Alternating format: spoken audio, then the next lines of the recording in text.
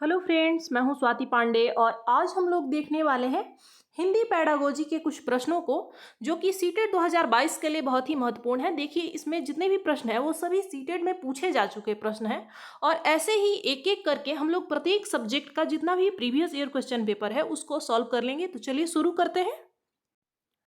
पहला प्रश्न है हमारा, भाषा सीखने की प्रक्रिया को रोचक और उद्देश्यपूर्ण बनाने के लिए सर्वाधिक प्रभावी है। ऑप्शन ए है कविता कहानी की पंक्तियां देखकर लिखना। ऑप्शन बी है टीवी धारावाहिकों के नाम लिखना। सी है कक्षा के प्रिंट समृद्ध परिवेश का उपयोग और डी है पाठ्यपुस्तक के अभ्यास।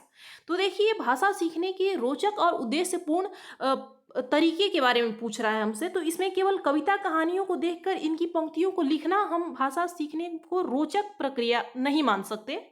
साथ ही जो है अगला है हमारा टीवी धारावाहिकों के नाम लिखना। तो ये भी हमारा प्रभावी और रोचक तरीका नहीं हो सकता है। पाठ्य पुस्तकों का केवल अभ्यास भी इसमें सम्मिलित नहीं है। तो जो हमारा सबसे बेस्ट आंसर है वो है हमारा ऑप्शन सी, कक्षा के प्रिंट समृद्ध परिवेश का उपयोग करना। इसके माध्यम से बच्चे और अधिक अच्छे से और रोचक तरीके से सीखते हैं। आगे देखेंगे। दूसरा प्रश्न है, बच्चों में भाषा सीखने की क्षमता जन्मजात होती है, अतः ऑप्शन ए है उनकी इस क्षमता का भरपूर प्रयोग करते हुए भाषाई नियम सिखाए जाने चाहिए। बी है बच्चों को समृद्ध भाषिक परिवेश उपलब्ध कराया जाना चाहिए। ऑप्शन सी है भाषा शिक्षण का कार्य नहीं किया जाना चाहिए और ऑप्शन डी है भाषा शिक्षण का कार्य घर पर ही किया जाना चाहिए। तो देखिए, इसका जो सबसे सटीक और सबसे जो सुटेबल आंसर है हमारा वो है हमारा ऑप्शन बी, बच्चों को समृद्ध भाषिक परिवेश उपलब्ध कराया जाना सबसे बेस्ट आंसर होगा। क्योंकि बच्चे जो है वो पर्यावरण से, अपने परिवेश से ही भाषा का अर्जन करते हैं। तो ऐसे में उनको समृद्ध भाषिक परिवेश उपलब्ध कराना सबसे अच्छा होता है। तो ऑप्शन बी हमारा सही हो जाएगा। आगे देखेंगे। तीसरा प्रश्न है, कक्षा 7 में हिंदी भाषा के आकलन की दृष्टि से सबसे कम प्रभावी है। ऑप्शन ए है बातचीत, बी है श्रुतलेख, सी है प्रश्न निर्माण करना और डी है अवलोकन करना। तो देखिए, इसका जो सही आंसर हो जाएगा वो है हमारा ऑप्शन बी, श्रुतलेख। यह जो है ये सबसे कम प्रभावी है क्योंकि इसमें बच्चा खुद से सक्रिय नहीं है, वो बस केवल सुन के लिख रहा है। वो खुद अपना दिमाग नहीं लगा रहा है, खुद से नहीं सोच रहा है। जबकि बातचीत में, प्रश्न निर्माण में और अवलोकन में, ये सब में वो खुद से सक्रिय है और ये सभी तरीके जो है वो ज्यादा प्रभावी है। तो हमसे क्या पूछा था कि सबसे कम प्रभावी है, तो ऑप्शन बी हमारा सही हो जाएगा। आगे देखेंगे।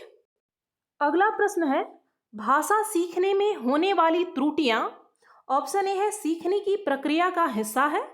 ऑप्शन बी है भाषा अपरिपक्वता को दर्शाती है। सी है अक्षम्य है और डी है शिक्षक की कमी को दर्शाती है। तो देखिए, इसका जो सही आंसर हो जाएगा वो है हमारा ऑप्शन ए, सीखने की प्रक्रिया का हिस्सा है। भाषा ही नहीं बल्कि आप कोई भी सब्जेक्ट सीखेंगे तो उसमें गलतियां होंगी ही। तो यह जो है वो सीखने की प्रक्रिया का हिस्सा है। आगे देखेंगे। अगला प्रश्न है, हिंदी भाषा में सतत और व्यापक आकलन का मुख्य उद्देश्य है। ऑप्शन ए है बच्चों की लिखित परीक्षा लेना, बी है बच्चों की भाषा प्रयोग संबंधी क्षमता के विकास में मदद करना, ऑप्शन सी है बच्चों का एक से अधिक बार परीक्षण करना और डी है बच्चों द्वारा की गई त्रुटियों की पहचान करना। तो देखिए, इसमें हमसे क्या पूछा गया है, सतत और व्यापक आकलन का मुख्य उद्देश्य क्या है। तो मुख्य उद्देश्य भाषा का आकलन अगर हम लोग कर रहे हैं तो उसका आंसर हमारा सही हो जाएगा बी, बच्चों की भाषा संबंधी क्षमता के विकास में मदद करना ही हमारे आकलन का उद्देश्य होता है। हम लोग देखते हैं कि कहाँ पे कौन सी कमी रह गई है, बच्चा कहाँ गलतियां कर रहा है और क्यों कर रहा है।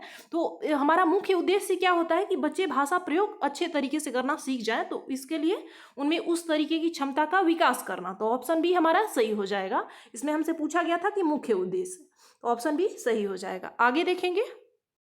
अगला प्रश्न है, भाषा शिक्षण का निर्माणकारी उपागम इस बात पर बल देता है कि ऑप्शन ए है व्याकरण के नियम जानना ही शुद्ध भाषा प्रयोग का एकमात्र आधार है। ऑप्शन बी है समाज में व्याप्त भाषाई व्यवहार का अवलोकन करते हुए बच्चे स्वयं ही नियम बना लेते हैं। ऑप्शन सी है बच्चों को भाषाई नियम कंठस्थ करवाए जाएं और ऑप्शन डी है बच्चों की भाषागत शुद्धता पर विशेष बल देना चाहिए। तो देखिए, जो निर्माणकारी उपागम यानी रचनावाद जो है वो मानता है कि बच्चे स्वयं ही समाज में जो भी भाषा प्रचलित है उनके आसपास में उसका अवलोकन करके बच्चे स्वयं ही अपना नियम बना लेते हैं। तो ऑप्शन बी हमारा सही हो जाएगा। आगे देखेंगे।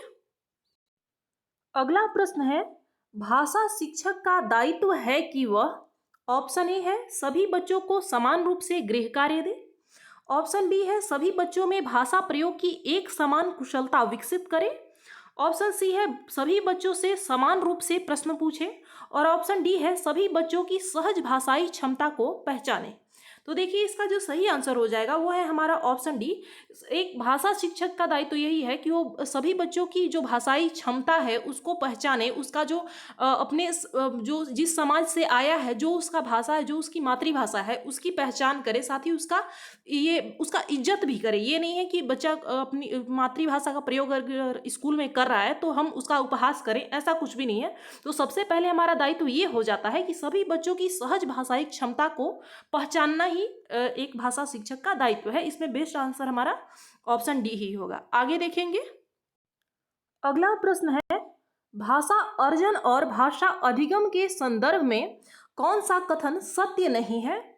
ऑप्शन ए है रोजगार प्राप्त करने के लिए ही भाषा सीखी जाती है, बी है भाषा अर्जन के लिए समृद्ध भाषाई परिवेश की आवश्यकता होती है, सी है भाषा अधिगम में संप्रेषण कुशलता पर भी बल रहता है, और ऑप्शन डी है भाषा अर्जन सहज और स्वाभाविक होता है जबकि भाषा अधिगम जो है वो प्रयासपूर्ण होता है। तो इसमें हमसे पूछा गया था कि कौन सा कथन सत्य नहीं है, तो इसका जो सही आंसर हो जाएगा वो है हमारा ऑप्शन ए, रोजगार प्राप्त करने के लिए ही भाषा सीखी जाती है। ये बिल्कुल गलत बात है। आगे देखेंगे, अगला प्रश्न है हमारा, उच्च प्राथमिक स्तर पर कौन सा भाषा शिक्षण का उद्देश्य नहीं है? ऑप्शन ए है निजी अनुभवों के आधार पर भाषा का सृजनशील प्रयोग, ऑप्शन बी है भाषा के सौंदर्य को समझने की क्षमता का विकास, ऑप्शन सी है मुहावरों, लोकोक्तियों और कहावतों का प्रयोग करने की प्रवृत्ति का विकास, और ऑप्शन डी है कठिन शब्दों के अर्थ पूछना।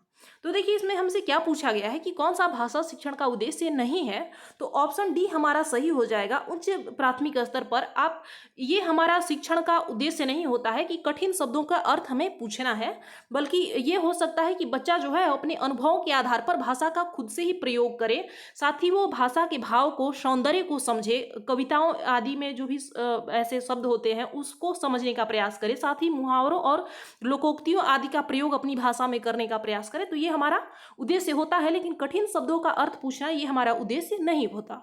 आगे देखेंगे, अगला और अंतिम प्रश्न है, 8वीं कक्षा के बच्चों के भाषा आकलन के लिए आप किसे सबसे कम महत्वपूर्ण मानते हैं? ऑप्शन ए है किसी कहानी को नाटक में रूपांतरित करना, ऑप्शन बी है किसी विषय पर अपने विचार प्रकट करना, ऑप्शन सी है साहित्यिक समारोहों का आयोजन करना, और ऑप्शन डी है लिखित परीक्षाओं का आयोजन करना।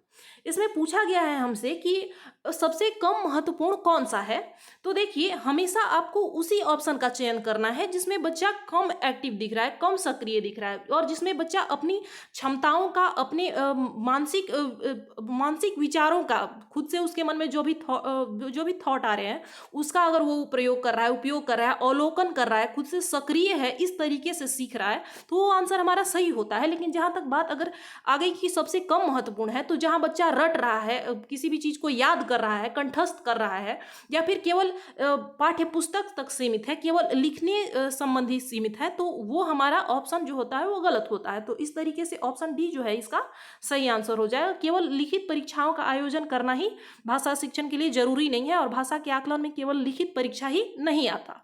तो इन 10 प्रश्नों में से आपने कितने सही किए आप हमें कमेंट करके बताएंगे। आज के लिए इतना ही, धन्यवाद।